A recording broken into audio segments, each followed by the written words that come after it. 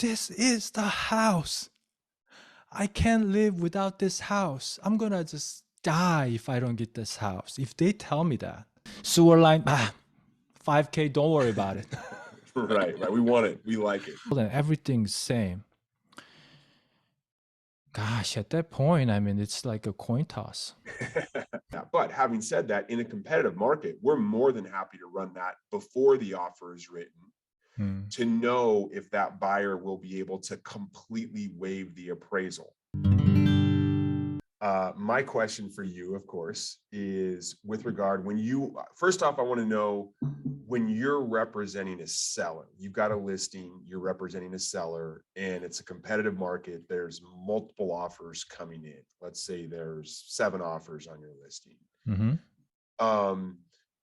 I want to know from you how you work with your seller to identify the best offer. So how do your sellers prioritize different factors such as price, closing timelines, loan terms, down payments, whatever, and how that process goes, so that buyers who may watch this, may have a better idea on how to craft their offers to give themselves the best chance. So you're basically asking me to give you all my secrets. That's right. Is that too much to ask? First question. No, I think it's fine. It just makes all of us good. So the way I approach it is this. Obviously, the first one is the price, right? So the price, and then whether they ask for as is condition or not. But then that's kind of like iffy because anybody can say, we're going to do it as is, but then after inspection, like we want seller to fix this, Right. So there's no guarantee because you still have the inspection contingency. The right now I see more and more often is the appraisal contingency. So if you as a lender, and I've seen that with some of the lenders, like waiving the appraisal, and I'm sure that's dependent on like the buyer's buying power and history, borrowing history, and all of that. But that will help really greatly because right now we're pushing the price upward. So the question is on the seller side, when we accept an offer, let's say it's just a $500,000 home. When the offer price goes up to like 650, we're like, is it going to appraise? And at top 1, 2, 3 offers, if one of them offers the appraisal contingency waived, that's going to have really, really high power. And assuming this is not like none of them are cash offers, right? And so I would look at for the buyers. I keep going back to buyers, but on the seller side, obviously the price, whether they have like a really clean offer, like sold as is, the appraisal waive. Hey, is this the first offer that you made? Is this like how many homes that you have shown? How long you've been working with the buyer? That kind of gives me an idea of how much of the education has been provided by the broker to the buyer. And more education is better or less education? Is it better for you to know that a buyer's been working with an agent for a long time, or it's a relatively new engagement? No, new engagement isn't as good because more education is better because they have seen the realistic point of view, right? Realistic market. So their understanding is not going to change overnight. The newer buyers tend to have a lot higher risk of buyer's remorse, which is like the worst thing for the seller because we have to put the house back on the market, right?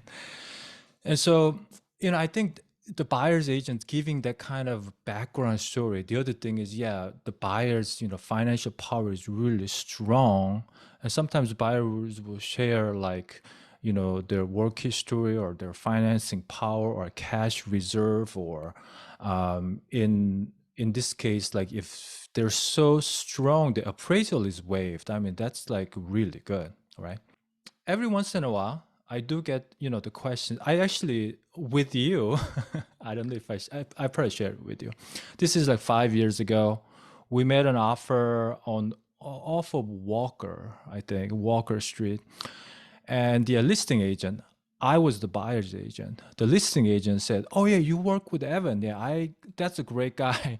He's a great guy. I actually got some extra credit because I was working with you. You're, more known, reputable lender in town." And that's, I think, big too, because if I see a Rocket Mortgage, I mean, I'm not really discriminating the company, but I had situation where out of state lender missing out on one of the key factor. I think it was a Washington County transfer fee, and they didn't count it in. And then so buyer had to get a surprise, extra cost that they had to pay out of their pocket. Now those things make it very rocky at times, right? And so not getting those surprises, I think working with a local lender, reputable one like yourself, is really beneficial in my opinion. So kind of come back to the main question. If the two offers are the same, both agents are like solid, lenders are solid, they all like waive the appraisal and everything's same. Gosh, at that point, I mean, it's like a coin toss. Right, right. Well, that's awesome. That's really good feedback because it helps buyers, I think, look into the process, kind of see behind the curtain a little bit. Because of course, when a buyer makes an offer, they don't really know what's happening. They don't know, maybe they know how many other offers are in there, but of course, they're anxiously awaiting to see where there lies compared to others. And I think it's helpful to understand sort of the approach and the process by which you as a listing agent would walk a seller through. Right. It's also, of course, music to my ears to hear you say that because we are fortunate. We've been working in this market for about 20 years, and we've gotten to know a lot of realtors over the years, and hopefully have made good impressions on those. But that's one of the things that we try to convey to buyers is the Mm-hmm. importance of working with a local reputable lender. Mm-hmm. That comes in the form of execution, right? How you execute your goodwill, your trust in the process. But that's a really hard value to convey when Mm-hmm. buyers are interviewing lenders and deciding one to work on. But especially in a competitive market, I agree. Making sure a buyer is working with a local lender that understands everything is key. Um, Well, so to that's add on that, yeah. Oh, I'm sorry. What? no. What You is? go ahead. You go Oh, ahead. I just wanted to add on that. When you said that process, hard to convey that. When I think about working with you, is like Amanda and Tammy, the backend support that you have. They basically go through the checklist, right? I love getting like every Monday, the loan update from you guys, and we actually model that. We copy what you guys do, and we try to update our clients. Here are the things that need to be done, and here we are. Mhm. And those are the systems that you only get to know when you work with them. Well, I mean, when the clients work with us, right? And so yeah, that's what I wanted to add when you're talking about it. Just popped in my head. So let's talk about appraisal waivers for a second, Yeah. because I think there is some misunderstanding amongst consumers, certainly, and even some in the real estate community about how those appraisal waivers happen. And so let me kind of convey or communicate to you and anyone watching this sort of the waterfall of logic that gets used when these appraisal waivers come down.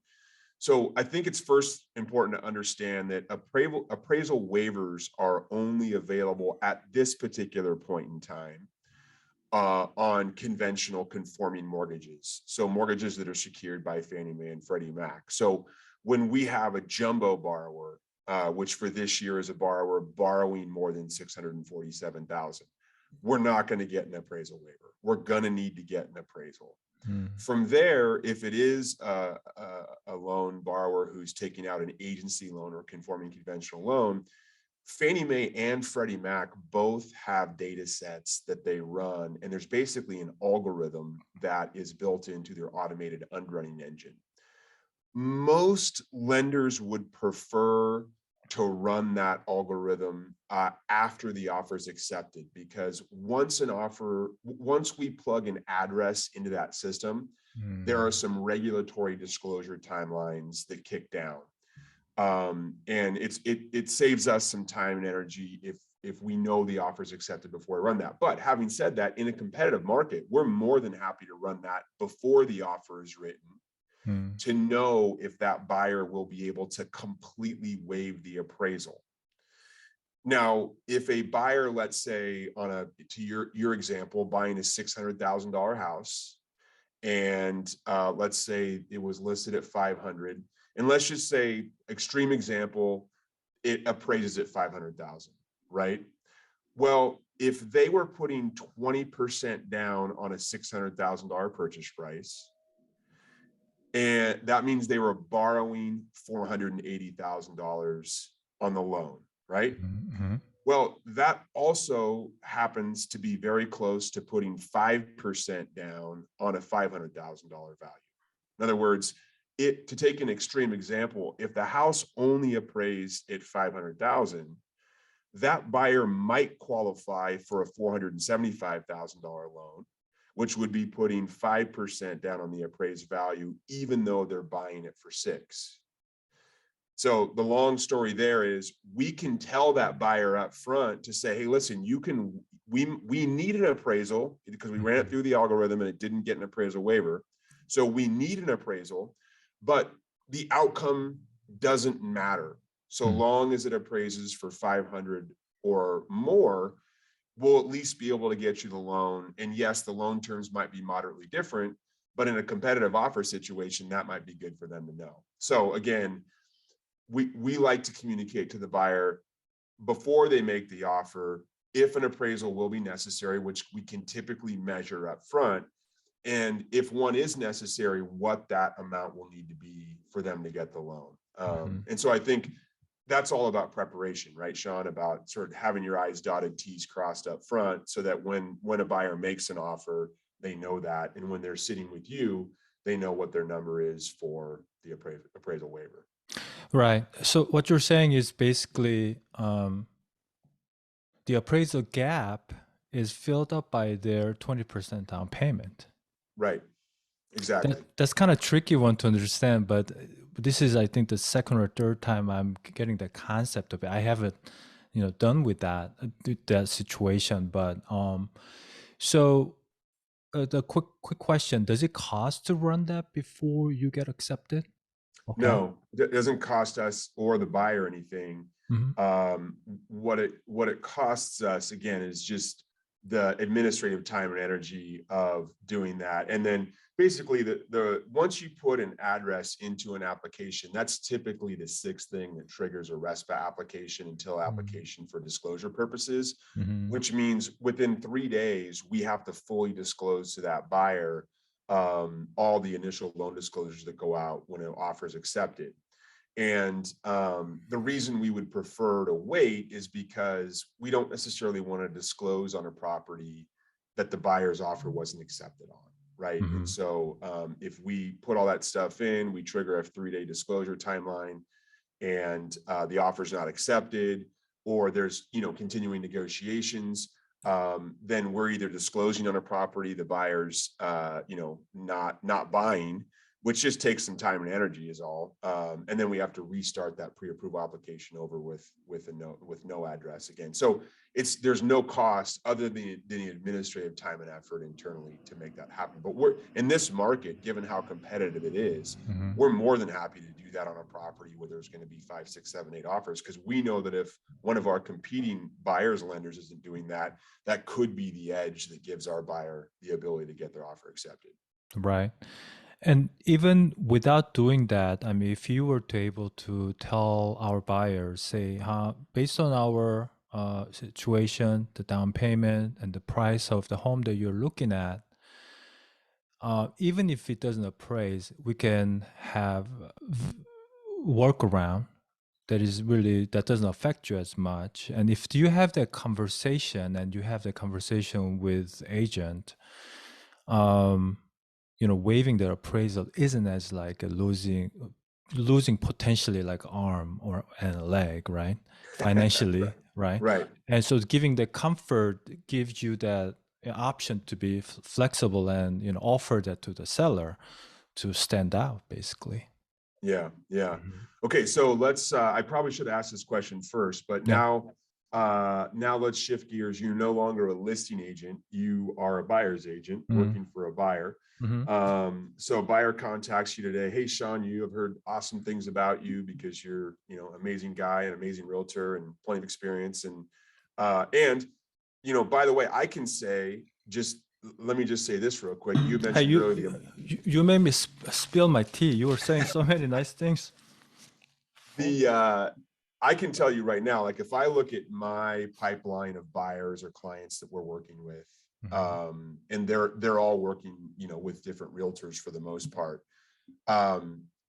Working with a realtor that understands the market, that understands the dynamics is critically important if you actually want to get your offer accepted. I mean, I have, buyers I've been working with right now for weeks and months. And it might be because they're not willing to be super aggressive in terms of what they're offering. And that's fine. We're not here to push anyone to do anything that they're completely uncomfortable with.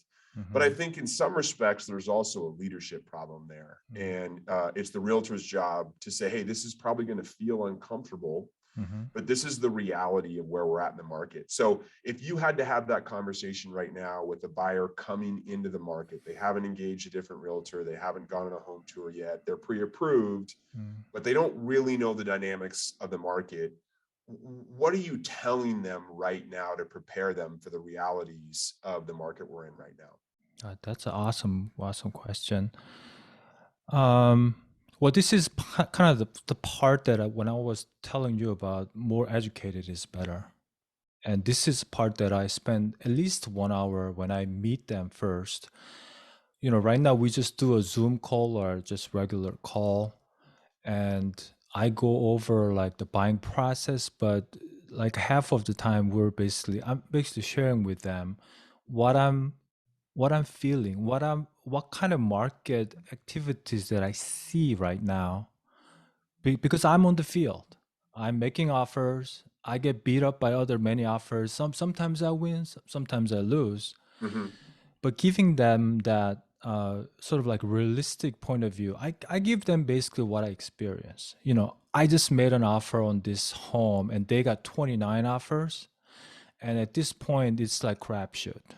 It really is. And, one of those things, you got to let it go. Keep looking for the right home. But I want you buyer, I want you to feel comfortable, at least knowing what's going on and knowing that the market is going to be pretty strong in the next couple of years, as far as I can see. And as long as you stay there for 3 to 5 years, paying right now anywhere between 5% to upward toward 20% is really hard for me to push. But if you're gonna be there for 5+ years, 20% paying more to get that, dream home right now, so that you can live your life and enjoy the house is way more, beneficial than try to save whatever $1,000. And so that conversation can be, if I said this in the beginning of that meeting, they're gonna hang up because they're like, how freaking this Oh, guy is man. like, Sounds hard. yeah, this guy is weird. This guy pushes too hard. But this conversation comes out and at the end of the 1 hour meeting typically. But then at the same time, do buyers get that? They don't.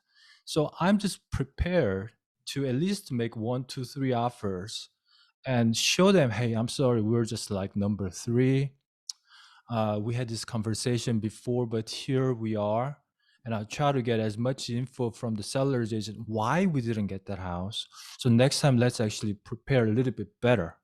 And I'm going to nudge you a little bit more because I don't like doing it, but I'd rather get you the house right now than keep losing out and then giving up. Because the buyers, a number of buyers, a few, very, very few buyers who gave up in the last like 10 years. I've been doing it for like, 13 years now. There are a handful that their faces keep coming like haunting at me, because they gave up and they're still renting.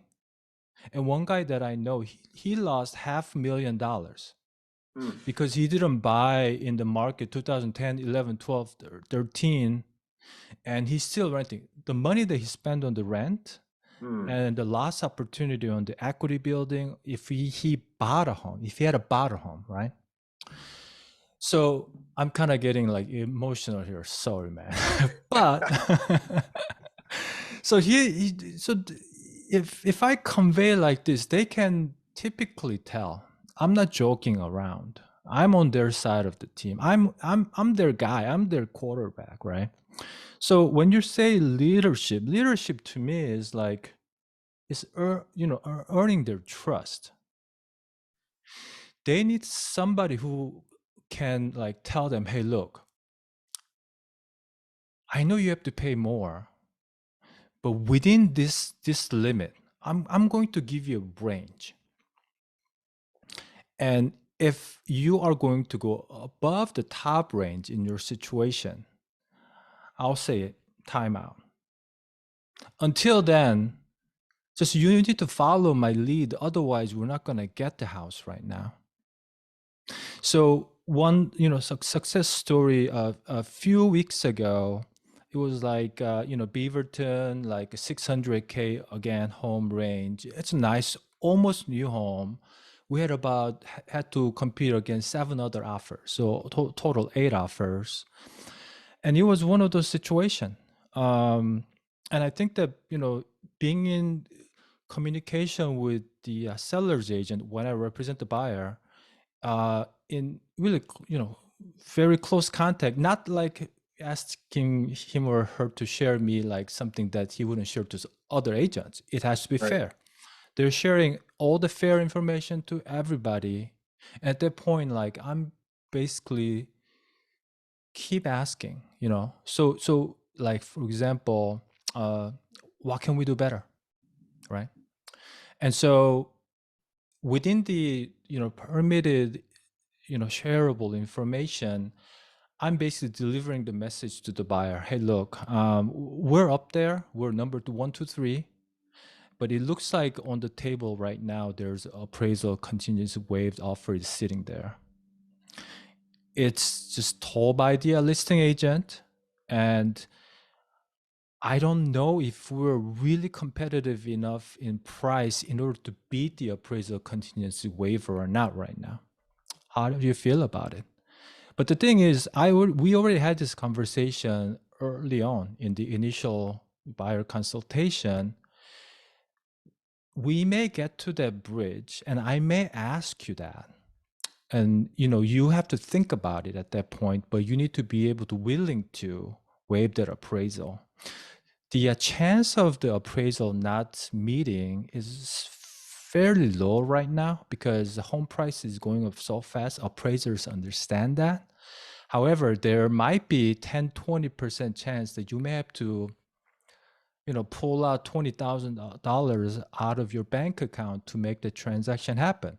So I had the conversation a month and a half ago. Now here we are. That was the case. It is the case. And what do you think? It's ultimately your choice. I think if you don't waive that, our chance of getting this house is probably 35%. If you were to waive that appraisal, our chance will go significantly higher, definitely 75 or even 85%. But then I can't really guarantee it because we don't know exactly what's on the other side of the table. Who knows? The other buyer who we are competing against, they may have offered to name their first child of their names. How Right. do you beat that? But Right. anyways, that's kind of a little bit on the joking side. But yeah, so having the buyer preparation early on, different scenario, what to expect, so that they're prepared for it. In the 8th and 9th inning, you're baseball guys, 8th or 9th innings of getting accepted on an offer, you talk about appraisal waiver. It's like not many can digest that. Totally. Yeah. And it worked out. Your buyer got it. And did the house appraise? Well, funny enough, they got the appraisal waiver. Okay, good. So yeah, Yeah. would have been good to know up front. In that case, you Oh, wouldn't have, Yeah, then you wouldn't have to worry about 100%, it. Yeah. 100%. But then it's like the agonizing 30-minute, conversation could have been eliminated.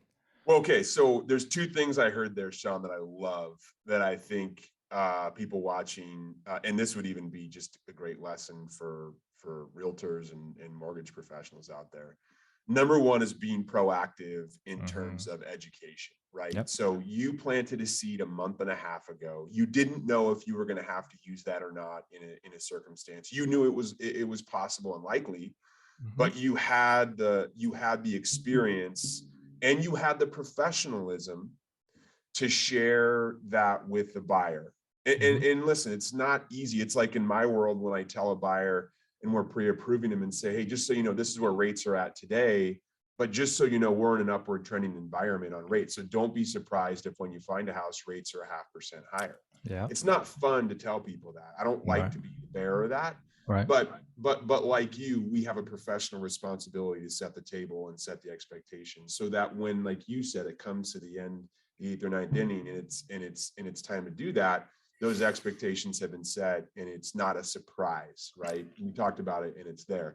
The second thing I love that you talked about is that you took an approach of giving the buyer the option to say, hey, listen, these are your options. You can either waive the appraisal or not. It's your call. You do what you feel comfortable doing. It's not my decision. But in my professional judgment, if you're willing to take that on, then you significantly improve your odds of getting it. And Right.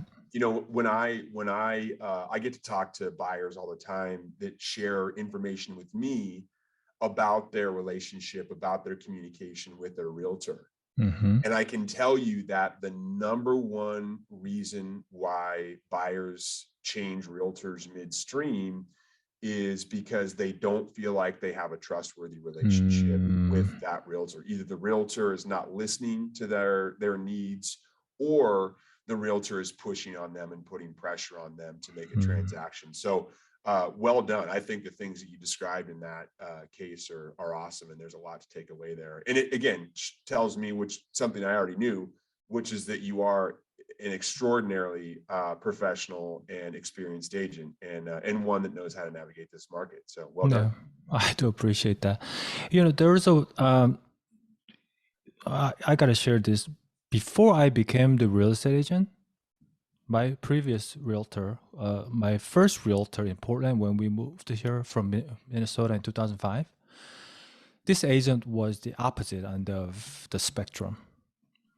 That agent basically costed us about $25,000 or more. So I don't want to be that kind of realtor, first of all, but I just want to do the things the way I want to be treated as. If I'm the buyer, I want to be treated a certain way. I don't like surprises. I want to be prepared for it. I'm like very OCD personality. I don't know if you know this, but I turn every stone kind of guy. So I tend to make decisions kind of slow, but in return, I look at all the different, bad situation and everything. So I basically do the work the way I want to treat myself. I want to be treated. So I don't want to kind of keep going on about this, but yeah. So I do appreciate that, by the way.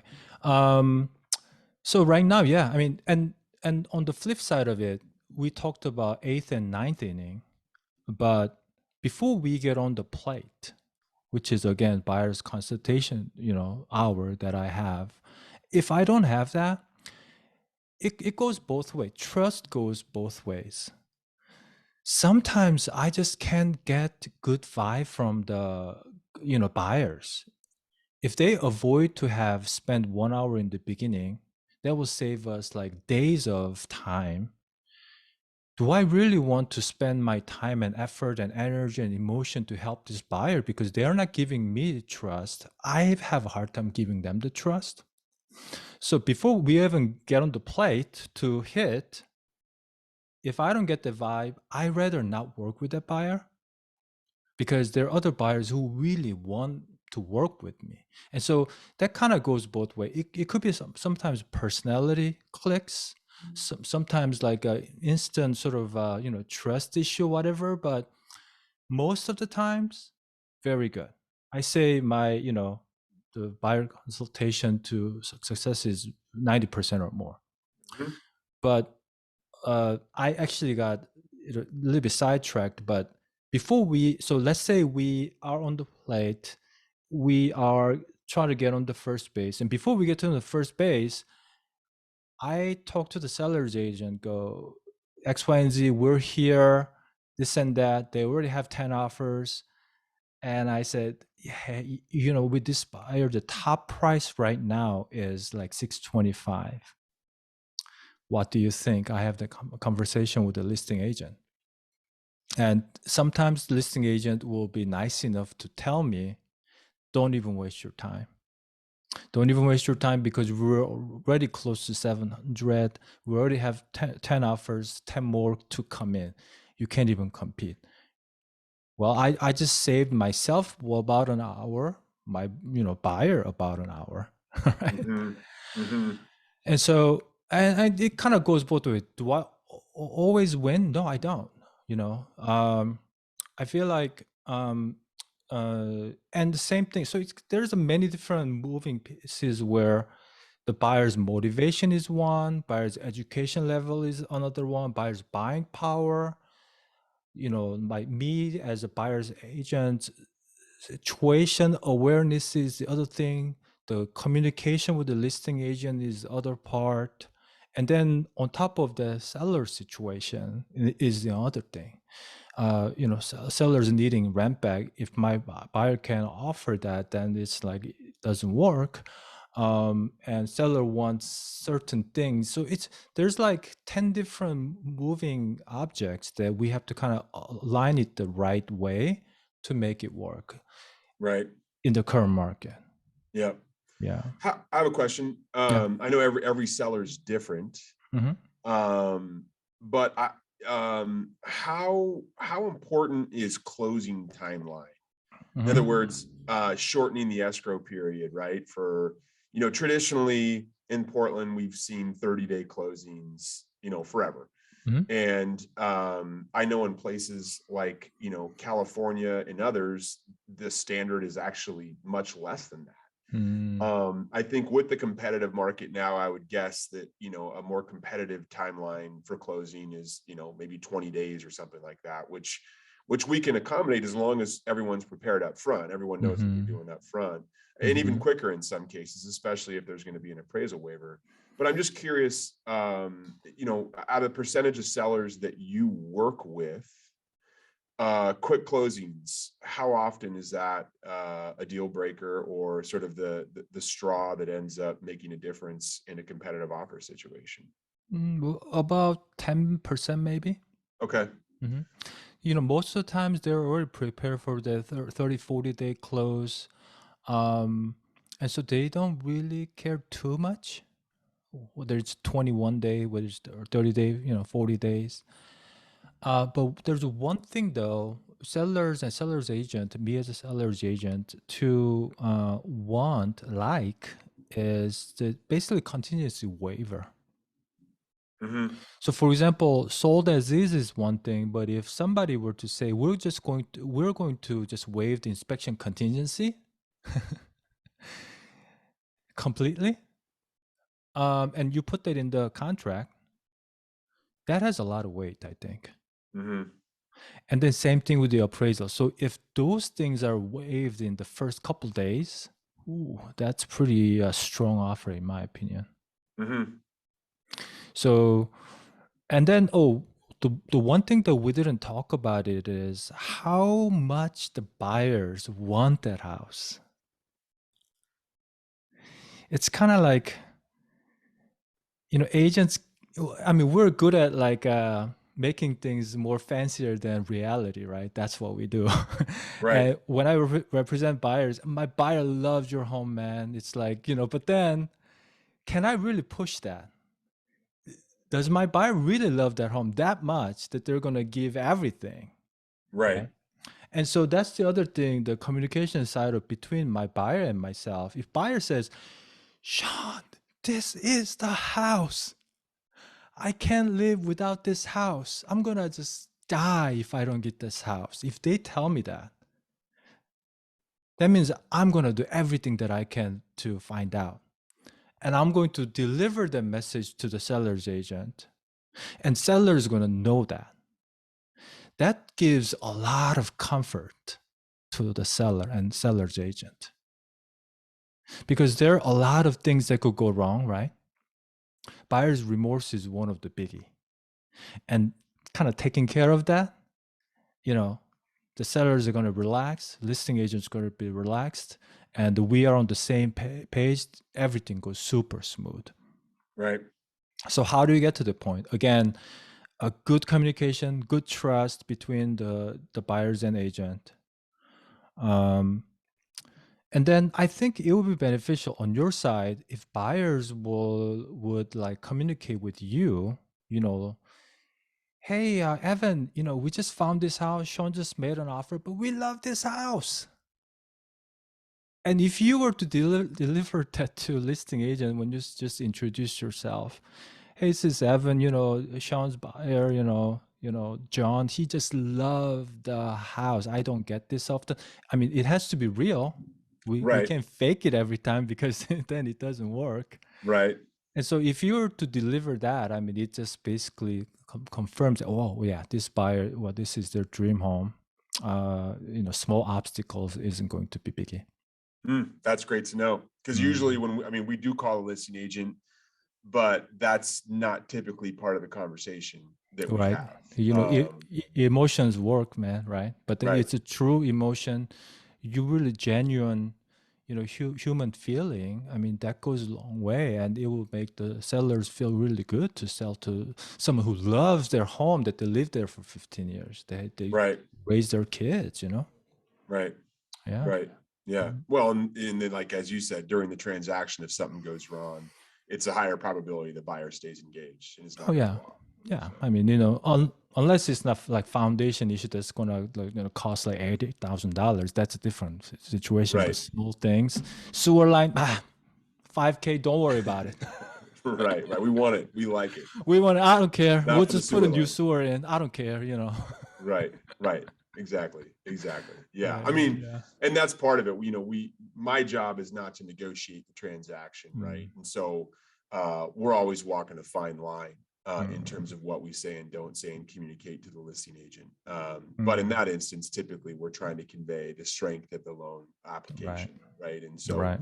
we'll seek to get permission from a buyer to disclose, that their credit scores are in the high 700s or low 800s, or we'll seek Mm, permission to convey that, hey, these buyers are, W-2 wage earners. We're not using, self-employment or volatile forms of income that can be underwritten differently. The credit report we have on files current, cash is in the bank, we verified it, it's not coming from a third party source or a contingent source. Things like that is typically what we're trying to convey. mm-hmm, And then obviously just, build rapport with the listing agent and convey that, hey, yeah, we can also close in the timeline that's been written. mm-hmm. Um, But but but you can still say this buyer loves this house, right? if I have, but I'm probably not going to do that unilaterally. I'd rather, Yeah. because again, like what I don't want to do is convey to the listing agent, oh yeah, the buyer loves this house, and come to find out it's not a competitive situation, right? And so like Yeah, right. we don't necessarily want to, we don't want to be the ones that are going to play any cards with regard to the negotiation table. We want you to handle that. That's really, now if you call me or the client calls me and says, hey, competitive offer situation, we got to pull out the stops, great. I'm happy Mm-hmm. to discuss as directed, but without that, I got to be careful about what I say, because that's really not my job. That That, could cut both ways. yeah, that makes total sense. The way I look at it is like poker sort of analogy. I know you had we had some poker nights a long Oh yeah, time ago. I I remember. think you were the one that took all my chips twice. No, I I'm don't sure of remember it. that. No, I think I I don't was one of the remember first that. ones out. I don't think Anyways. so. Anyways, so I think of it as like cards, right? So appraisal waiver is like one card, you know, and then like inspection waiver is another card, and then like oh, buyer loves that house is the other card, right? So it gets to use. I mean, these get to used at different situation. Do I offer this everything upfront? No, obviously not. But if in a multiple offer situation, buyer love the house, I'm gonna just throw everything on the table.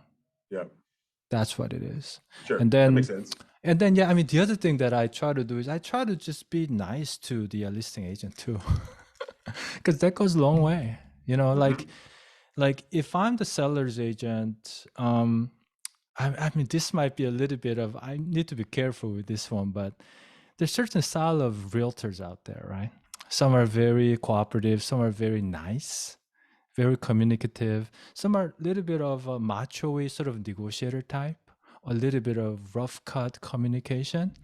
And I'm on the more side of like softer side. I'm like, you know, sensitive guy. And I use that as our, you know, advantage. And I feel like I I hope to believe that the other side of the agents like me too.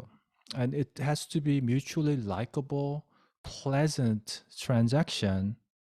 And it doesn't have to be hostile to get the best deal. In fact, I believe that when it's like nice and smooth and courteous and everybody's respecting each other, transactions way more cleaner, way more successful. You get done a lot more.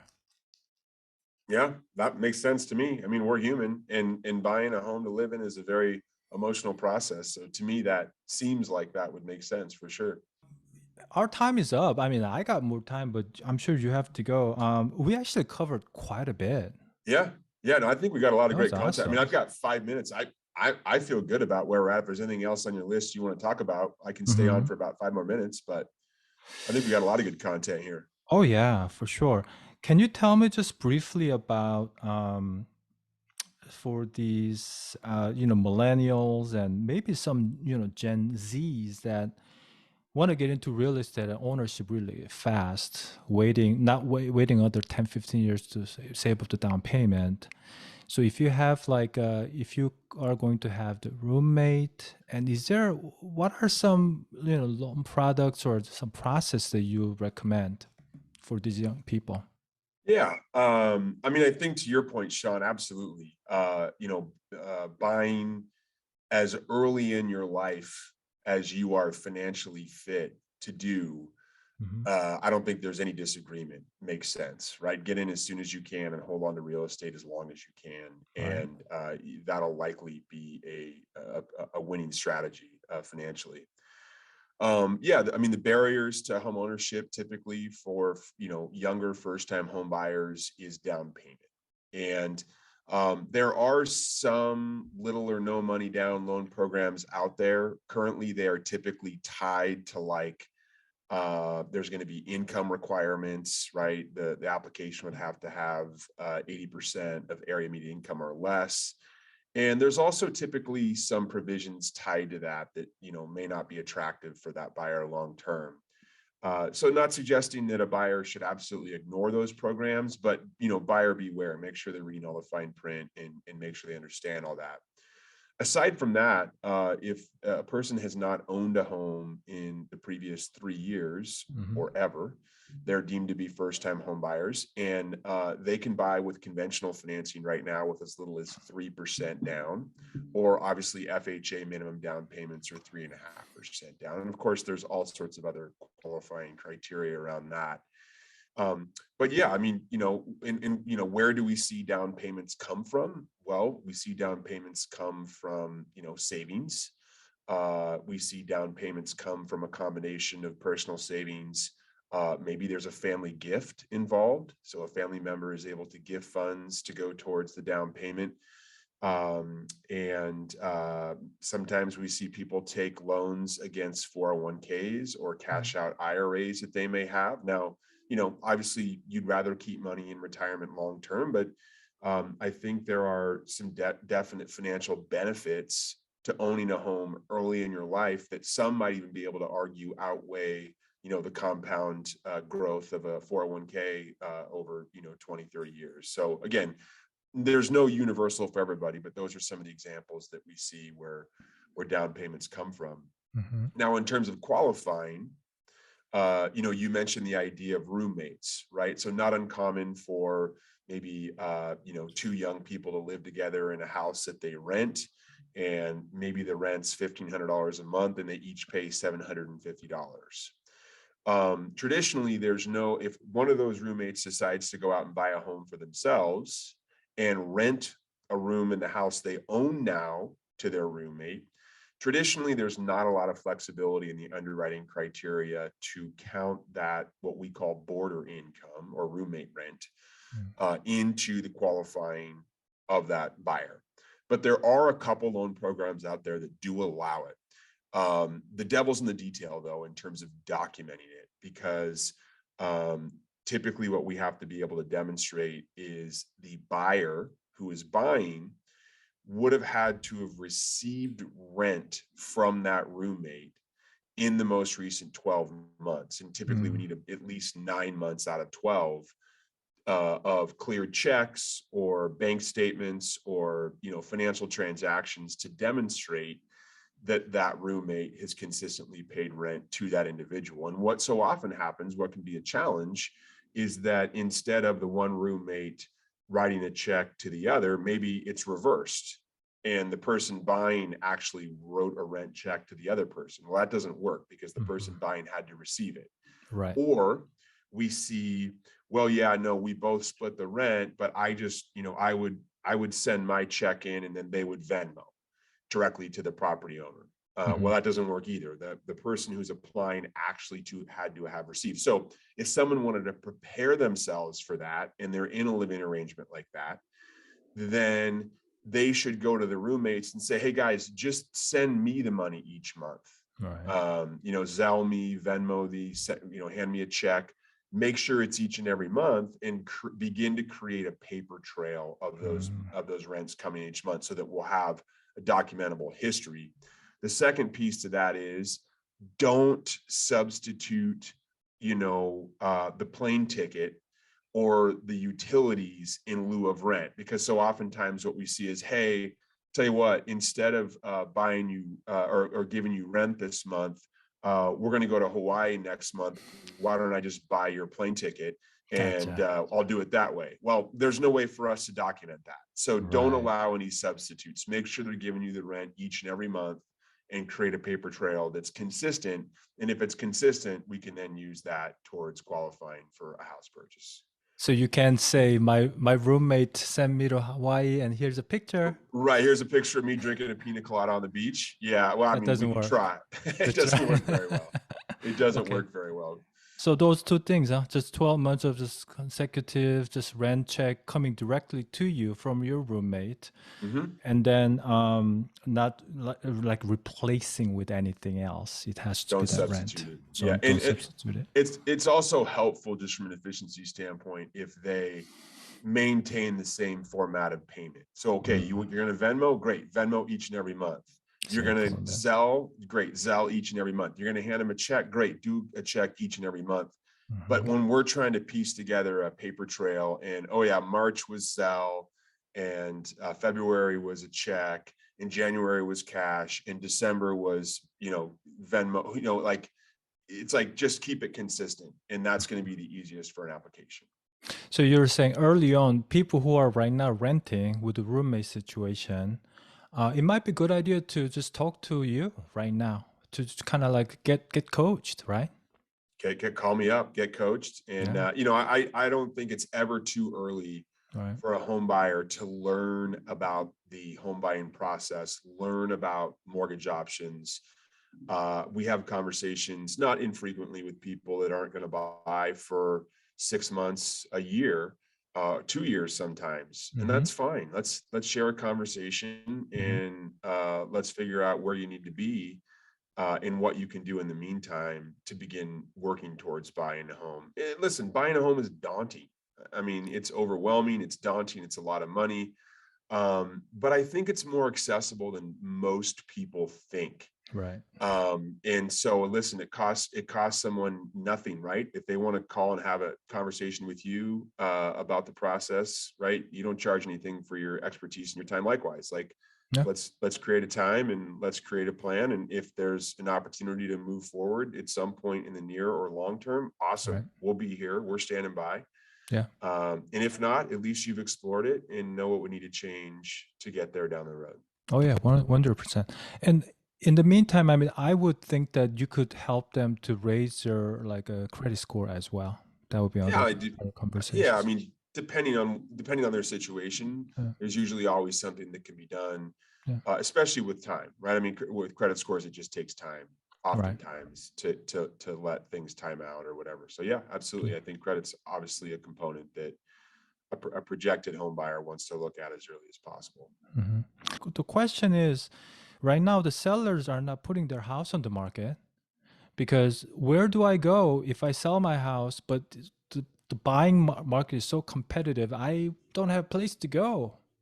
And that's where the Yeah, idea of this bridge loan comes in, where you can basically buy first, secure that place first using the bridge loan, and then after you bought your next home, go ahead and list your the current home and sell that and consolidate. So yeah. I wanted to ask you about the bridge loan, how it works, what it takes, and everything else. Yeah. So you're right. It becomes a self-fulfilling prophecy because there's a lot of homeowners out there right now that might want to sell, but they're not selling because they don't want to get caught in between, right? They sell in the first weekend it's on the market, and now they're on the clock to find a replacement home Right. when we have a tight inventory. So yeah, bridge loans can be an excellent solution to unlock the equity. We typically face two problems with a seller who's looking to buy before they sell. Number one is when you buy before you sell, the underwriter will require you to qualify with two mortgage payments, right? Mm. So the mortgage payment on the house that you have now, plus the mortgage payment on the house you're going to buy. Now that sounds daunting, and most reasonable people don't want an extra mortgage payment in their monthly budget. But most homeowners would actually be surprised at how much cash flow we can qualify a buyer with. So it's worth exploring. That honestly is not typically something that stops the deal. The second hurdle we cross is, well, if they haven't sold their home and they haven't recognized those proceeds, then where's the down payment going to come from, right? Mm-hmm. And Mm-hmm. so if they don't have liquid assets outside of their home, which is where we would start looking first, then we need to figure out how to bridge that equity. Mm. And we do now have access to a traditional bridge home lender that allows homeowners to borrow up to a portion of their home's equity. So give you an example, $500,000 home, let's say they have a $250,000 mortgage on it. Mm-hmm. These bridge loan lenders typically will not allow a homeowner to leverage more than 80% of their home, right? So 80% of 500 is 400,000. They have a $250,000 mortgage on it. They could take a bridge loan for 150. Now they could take that 150 in a bridge loan, Mm-hmm. and they can apply that to a down payment that they're going to on a home they're going to buy, So right? that is like a temporary loan that you're getting. Temporary loan, it typically Mhm. has a 12-month term. And then obviously they would still sell their existing home after they've purchased the new one, Mhm. right? Mhm. And then, maybe they net, 75,000 after selling expenses on a $500,000 sale, and they pay off their existing primary mortgage. And then the bridge loan would also have to be paid off as well, because that's secured by the existing home. So obviously there's no only like a payment penalty or anything like that, right? There's no, not typically. There's a couple different types of bridge loans, Uh-huh. and loan terms will vary depending on which one is best for that client. But there's going to be some level of cost and monthly payments associated with. Typically, it's an interest-only payment, so Mhm. the homeowner doesn't have to pay principal in that term. But yeah, there are options to unlock that. Granted, there's again other qualifying factors such as minimum credit scores and income and all that stuff, but there are solutions now for homeowners who want to buy before they sell. Mhm. Now, would that affect the main home purchase loan qualification buying power? Yes, I mean, it could, right? We do have to take into account that interest-only payment from the bridge loan. We do have to take into account the mortgage payment on the existing home, and they have to qualify with all that in addition to the mortgage on the home they're buying. But again, most applicants, not all, qualify for substantially more house or substantially more monthly payments than they are going to use. And so for many buyers, believe it or not, we can usually tuck all that into the application to make it work. Got it. So can you go back a little bit about the number? You said 80% of what? Because you said 150K. Yeah. Of the home's existing value. So the example was, let's assume a house is worth $500,000. And that owner has a primary mortgage on it of $250,000. So they've got $250,000 of equity, right? They want to get a bridge loan to buy another house. A bridge loan lender will allow liens or loans up to 80% of that home's value. So 80% of 500,000 is 400,000. And then obviously they back out the primary mortgage. Got it. So that's where the 150 would be able to be borrowed under the bridge loan scenario. So 80% of the home value, and then minus the existing mortgage. Right. Exactly. Yep. Yeah, that makes sense. And then how much does it cost? It can vary, but it can vary, Shawn. And I get into disclosure requirements if I start going into too much detail here. But there's going to be a set of upfront closing costs depending on the loan amount. There's some administrative costs, underwriting fee. There will likely be an appraisal cost, and there could be title and escrow fees, recording fee. So, I mean, it's not as expensive as, say, a full-blown, conventional refinance, but there's going to be some fees that are tied to it. And that's all something we would disclose to the buyer or the homeowner in full before they actually elected to do it. So roughly, what I'm hearing is roughly 2,500 to 4,500. I mean, it's going to, it depends on the amount, right? I mean, if a $100,000 loan, bridge loan is going to have much lower cost structure than, say, someone who owns $1 million home and has a $250,000 and can unlock, $550,000 of equity. Right. It's going to be a lot higher fees there. So they're percentage based, or a portion of the closing costs are percentage based. And again, we can go through all that with a particular homeowner in their situation. Let's see. Oh man, the time flies. I mean, we've been doing this for almost an hour now. I think we covered a lot, actually. Yeah. Hopefully we can, share this with our people. Hey, again, my name is Shawn, and thanks so much for watching this video. I hope this gave you some ideas on buying and selling and the current market situation and what to do in the seller's market. Evan Swanson, who is a really respectful lender in town in Portland, Oregon. Feel free to give him a call if you have any questions early on. If you're having a roommate type of situation, it might be a good time to kind of get that situation. You get coached how to get the sublease to you so that you can use it as your qualifying, buying power sort of thing. I don't know the exact terms, but you get that, or you can get some coaching on the improving your credit score, which impacts your credit, the mortgage rates significantly. And then feel free to give me a call, or let's connect if you have any questions about buying process or home selling process, or if you want to keep your current home and turn it into an investment and buy your second home. I'm a firm believer of buying a few investment property under your belt. That's way better than a bunch of hedge fund companies buying up our real estate. So give us a call. You know how to find us. You'll have all the contact information and everything. So thanks so much for watching. And my name is Shawn. Here's Evan. Evan, you want to say one Yeah, last thing? Shawn, I just want to Yep. say thanks for having me, man. For those of you watching, I've known Shawn now for what has it been, 10 or 12 years? Something like that. Back when Shawn was a newer realtor and learning the ropes and figuring it all out. And I've told this to him over the phone in private, so I'll tell everyone here. I'm just so proud of the guy to see him evolve and grow and develop and have his own company. Has been so awesome to watch. And more than that, Shawn, I know that in working with you and working on transactions with you, that you do a thorough job. You are professional, you are respectful, and you would be a great resource for a buyer in this market because, as we've talked about earlier, you understand the market, you know what it takes to get offers accepted, but you're not a person who's going to pressure or press a buyer to do something that they're not comfortable with. So for all those out there who are thinking about it, call up Shawn, give him an opportunity to help you. You won't regret it.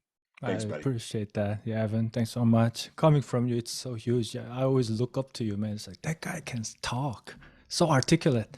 Anyways, Uh, thanks everyone. So See ya. we'll see you next time. Bye. All right, thanks.